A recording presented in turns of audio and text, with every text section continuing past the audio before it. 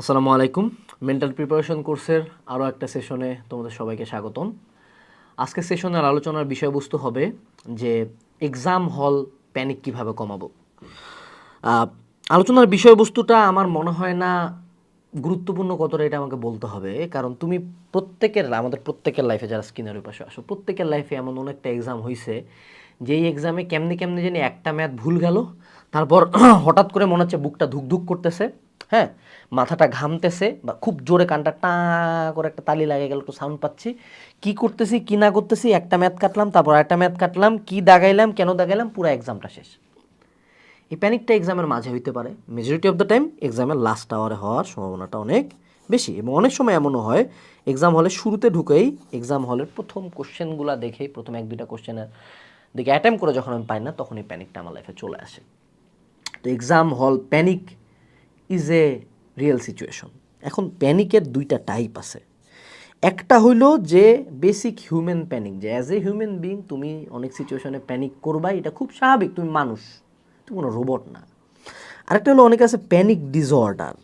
ওরা হলো প্যানিক ডিসঅর্ডারে যখন তোমার প্যানিক উঠবে তুমি হাইপার ভেন্টিলেট করবা, যে নিঃশ্বাস নিতে পারবো না, অনেক জোরে করবা, ঘামবা, ঠিক আছে, ওটা অ্যাকচুয়াল একটা প্যানিক অ্যাটাক, এটাকে বলা হয় প্যানিক অ্যাটাক।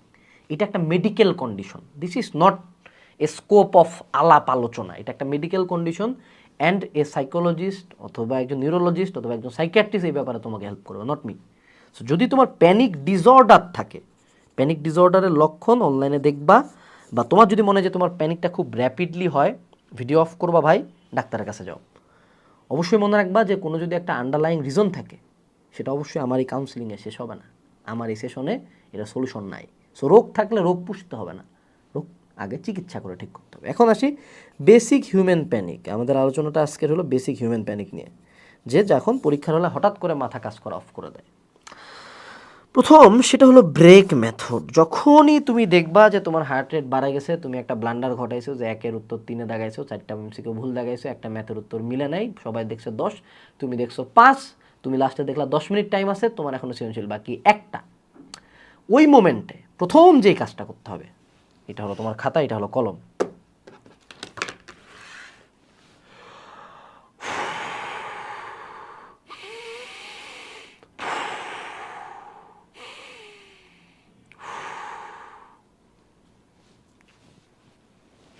ফুল ব্রেক নিয়ে তাকাইতে হবে, অর্থাৎ খাতা কলম সাইডে, নাক দিয়ে জোরে নিঃশ্বাস নেব, মুখ দিয়ে জোরে ছাড়বো, খাতা কলম সাইডে রাখবো, 1 থেকে 2 মিনিট অন্য সাইডে তাকাবো। আমার পরীক্ষা নিয়ে আমি চিন্তাও করব না, আমি মাথাকে বুঝাবো, বস আপনি আসছেন এই এক্সামটা দেখতে, চলো দেখি কে কী করতেছে। দেখলাম, তুমি দেখবা ব্রেন ততক্ষণে 1 মিনিটে নিজেকে সামলায় ফেলছে। 1 মিনিট হইতে পারে, 2 মিনিট হইতে পারে, 3 মিনিট হইতে পারে, 5 মিনিটের বেশি না নিঃসন্দেহে। এই টাইমটুকু ব্রেনকে দিবা, ও জাস্ট যাতে ধাক্কাটা প্রসেস করে যে ঘটনা একটা ঘটায় ফেলছি। দেন বিসমিল্লা বলে তোমার সৃষ্টিকর্তার নাম নিয়ে সুন্দর মতো আবার খাতা কলমটা নিয়ে এবার চিন্তা করবা যে যেই ব্লান্ডারটা আমার ঘটছে, প্যানিকের মূল রিজনটা কী ছিল, ম্যাথ ভুল করছি বা সৃজনশীল বাকি আছে, এই মূল রিজনটাতে at this point what should be my best course of actions. যে এই মোমেন্টে আমি 4টা এমসিকিউ ভুল লাগাইছি, এই 4টা এমসিকিউর অ্যান্সার আমি চেঞ্জ করতে পারবো না, আগামী কোনোটাতে যাতে আমার একটা ভুল না যায়। আমি একটা ম্যাথের অ্যান্সার ভুল করছি, আচ্ছা ঠিক আছে, এই ম্যাথটা কাটে দিয়ে আমি কি ম্যাথটা করতে পারবো কিনা, যদি না করতে পারি তাহলে এই ম্যাথটা থাক, যদি পার্শিয়াল পাই পাই, অথবা এটার অ্যান্সার যদি সময় থাকে অন্য একটা ম্যাথ করবো। আচ্ছা ঠিক আছে, আমার সৃজনশীল বাকি আছে পুরো একটা, এখন সৃজনশীলটা কীভাবে লেখা যায়, গ নাম্বারটাতে কোন কোন ইনফো দিব, ঘ নাম্বারটাতে কোন কোন ইনফো দিব, অর্থাৎ আন্ডারলাইং রুটটাকে তারপর ফাইটিংয়ে নিয়ে আসতে হবে। এরপরে মেথডটা কি, what is the method. Exam হলে অ্যাকচুয়ালি প্যানিকটা কেন হয়? প্যানিকটা হয় কারণ তুমি এক্সামের জন্য প্রিপেয়ার্ড না। আমরা অ্যাজ এ স্টুডেন্ট কী করি, সারা বছর পড়ি, অ্যাডমিশন টাইমে কী করি, সারা বছর পড়ি, কুত্তার মতো পড়ি, ক্লাস করি, লেখি, কয়দিন এক্সামে বসছি।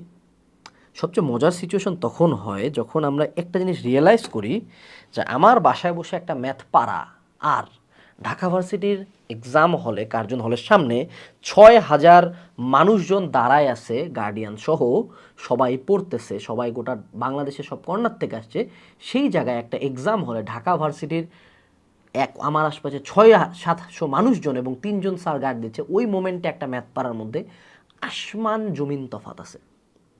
আমার ব্রেন তখনই প্যানিক করে যখন ওই সিচুয়েশনটার সাথে আমি ইউজ টু না।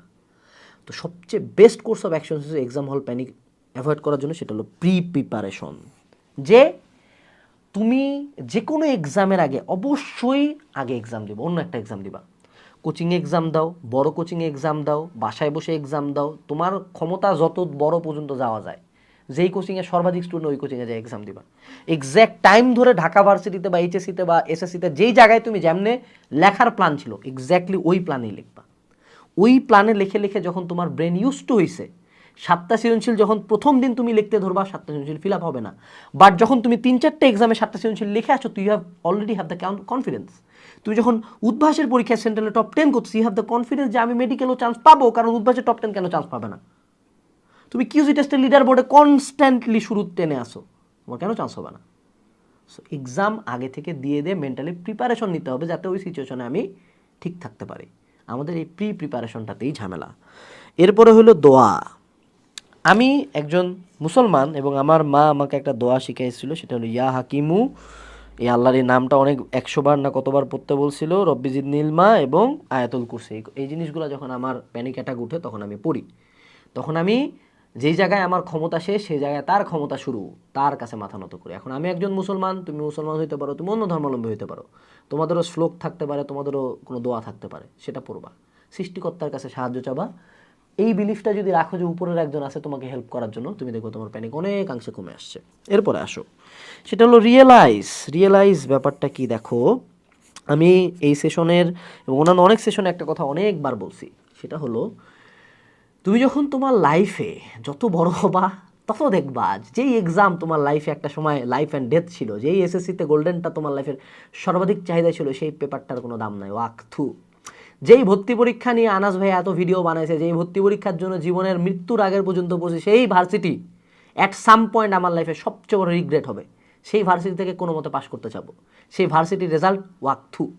যেই চাকরির জন্য আমি আমার জীবনের সর্বস্ব দিয়ে দিছি, সেই চাকরি কোনো কারণে আমি করি না, আমি একজন আজকে বিজনেসম্যান হয়ে গেলাম। বাস্তবতা এইটাই। লাইফ যত বাড়বে প্রবলেম তত বাড়বে, এবং আগের যেই ছোটোখাটো পরীক্ষাগুলো নিয়ে আমরা এত এত এত প্যারা খাচ্ছি, সেটা আসলে লাইফে কোনো ইম্প্যাক্টই রাখবে না, এটাই বাস্তবতা। তো এই জিনিসটা পরীক্ষার হলে বসে যখন প্যানিক অ্যাটাক উঠবে, তখন রিয়েলাইজ করবা যে ভাইয়া, যে জিনিস নিয়ে তুমি আজকে এত প্যারা খাইতেছো, আজকে এই প্যানিক অ্যাটাকে যদি তুমি মরেও যাও, তাহলে তোমার লস। এই এক্সাম লাইফে অনেকবার দিতে পারবা, হয়তো বা বুয়েট এক্সাম একবারই দিতে পারছো, হু গিভস এ ফাক, বুয়েটে পড়লাম না, ঢাবিতে পড়লাম না, চান্স পাই নাই, গোল্ডেন পাই নাই, কী সমস্যা, কয়দিন খেয়াল রাখবে? প্রথম কথা হলো, আমরা এক্সাম হলে প্যানিক করি কারণ আমরা নিজেদের চেয়ে বেশি চিন্তা করি মানুষ কয়দিন খেয়াল রাখবে তোমার রেজাল্ট খারাপ হয়েছে, মানুষ কয়দিন। তোমরা যারা বড় ক্লাসের আসো, এইচএসসির আসো, কে তোমাকে এসএসসি রেজাল্ট জিজ্ঞেস করছে? যখন ভার্সিটিতে উঠবা কেউ তোমার এইচএসসি রেজাল্ট জিজ্ঞাবে না। যখন জব সেগমেন্টে যাবা তোমার ভার্সিটি নিয়ে কেউ টেন্সটি না। যখন চাকরি করবা, যখন ফ্যামিলি হবে, তখন বাকি সব পরিচয় বা তোমার ফ্যামিলি নিয়ে মানুষজন টেন্সটি। You will always have something else to worry about. So এটা নিয়ে এত চিন্তা করার দরকার নাই। আরেকটা হলো ব্যাকআপ। তুমি দেখবা যে লাইফে যারা ভালো করে, বিশেষ করে যারা লাইফে অনেক ইজিলি উপরে যায়, মেজরিটি অফ দ্য টাইম তাদের একটা বড় অংশ থাকে তারা প্রিভিলেজড ফ্যামিলি থেকে বিলং করে।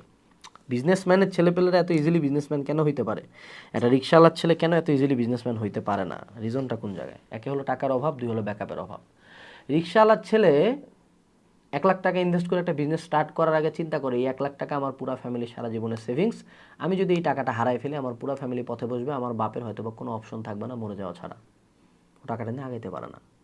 বিজনেসম্যানের ছেলে সেম 1 লাখ টাকা, কোনো যায় আসে না, এটা আমার বাপের হাতের ময়লা, আমি এখন ব্যবসা করব। ও রুথলেস হয়ে ফুল কনফিডেন্সে স্টেপ নেয় অ্যান্ড এক্সিকিউট করে, কারণ ওর একটা ব্যাকআপ আছে। এখান থেকে একটা লার্নিং আছে, সেটা হলো যে কোনো পরীক্ষায়, যে কোনো ভর্তি পরীক্ষায়, বিশেষ করে ভর্তি পরীক্ষার ক্ষেত্রে তোমার লাইফে যদি ব্যাকআপ থাকে, যে ঢাবিতে চান্স না পেলে কী হয়েছে, রাবি আছে, জাবি আছে, বইয়ে চান্স না পেলে কী হয়েছে, কুয়েট আছে, মেডিকেলে চান্স না পেলে কী হয়েছে, ডেন্টাল আছে, ডেন্টাল না হলে এএফএমসি আছে। So there can always be a backup option তোমার লাইফের যে কোনো জায়গায়। চাকরি পরীক্ষা বিশেষ হয় না, ঠিক আছে, এই প্রাইমারি শিক্ষক নিয়োগ আছে, প্রাইমারি শিক্ষক নিয়োগ হয় না, ব্যাংকের জব আছে, ব্যাংকের জব হয় না, এইটা আছে। Always have a backup set in your mind. এইখানে যখন প্লান্টেড থাকবে, যদি এই দরজাটা বন্ধ হয় আমি এই দরজাটা ভাঙে দৌড় দিতে পারবো, এই দরজাটা কঠিন বাট ভাঙতে আমি পারবো, আমার শক্তি আছে। তোমার ব্রেন অটোমেটিক্যালি যখন এই ঝামেলাটা হবে নিজেকে বোঝাও, ঠিক আছে, ওকে, এটা খোলার চেষ্টা করি কিছুক্ষণ, নাহলে আমরা এদিকে যাবো। সো যাদের ব্যাকআপ প্ল্যান নাই তারা কিন্তু পরীক্ষা হলে বেশি প্যানিক করে। আমি এই জন্য ভর্তি পরীক্ষার আগে যেটা করছিলাম, আমি আহসানুল্লাহতেও পরীক্ষা দিয়েছি, অস্টেও পরীক্ষা দিয়ে আমি ফার্স্ট হয়েছিলাম। পড়ি নাই, ভর্তি হই নাই, যদি প্ল্যান ছিল না, বাট ফার্স্ট হয়েছি কেন, যাকে অ্যাটলিস্ট প্রাইভেটের মধ্যে অ্যাটলিস্ট মোটামুটি একটা ভালো ভার্সিটিতে পড়তে পারবো, এটা ছিল আমার কথা। তো তা আমি ভর্তি পরীক্ষার আগে অনেক জায়গায় চান্স পায় বসেছিলাম। তুমি না পাইলেও পরীক্ষা দিয়ে বেড়াও, ওয়েটিংয়েও থাকো, তাও তোমার ব্রেন জানে যে না ভার্সিটি ওয়েটিংয়ে আছে, টানতে পারে, হ্যাভি ব্যাকআপ অপশন।